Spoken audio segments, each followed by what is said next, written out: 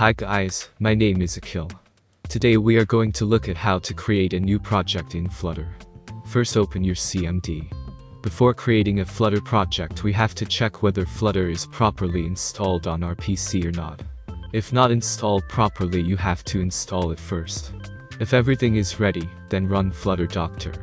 It will say as your system is ready for Flutter development. If everything is fine and said, no issues found, then you can create the project. First choose a location in your PC, where you want to save the project. I am going to create a new folder here, name my Flutter app. Inside the address bar, type cmd.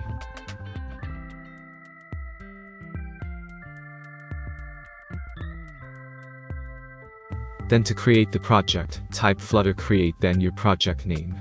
Then press enter. This will create the Flutter project. After that, you can see that your project is created in the selected folder.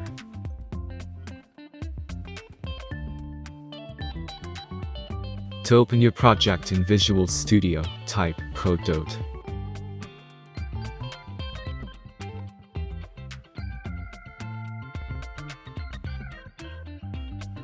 After loading, click on Yes, I trust the authors. Then open the folder named lib. Select main.dart file. Don't worry about the code over here. This is just a code for a counter app. We will learn everything in the coming videos.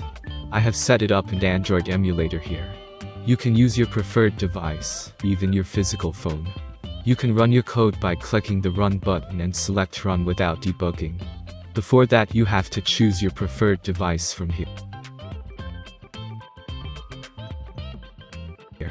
Then run without debugging. You have wait a bit on the first build.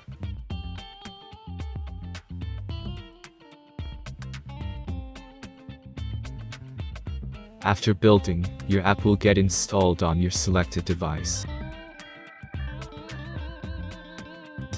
You can see here, when we click on the plus button the counter value will get increased.